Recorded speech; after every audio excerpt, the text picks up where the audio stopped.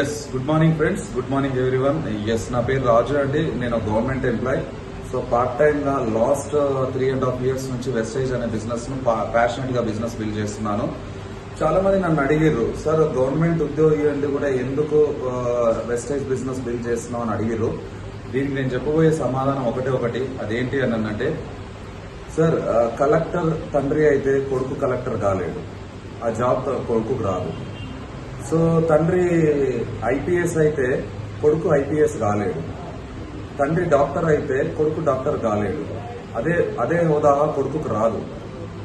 కానీ ఇట్లాంటి chief justice ఒకవేళ జడ్జి కనుక తండ్రి అయితే కొడుకు జడ్జి ఎప్పటికి కూడా కాలేడు, ఆ హోదా తిరిగి కొడుకుకి ఇవ్వలేదు. కానీ వెస్టేజ్ అనే ఆపర్చునిటీ మాత్రం నేను ఈరోజు డియూసిడి వెస్టేజ్ లో డియూసిడి 5.5 లక్షల ఇన్కమ్ ఎర్న్ చేస్తున్నాను. కానీ రేపటి రోజు నా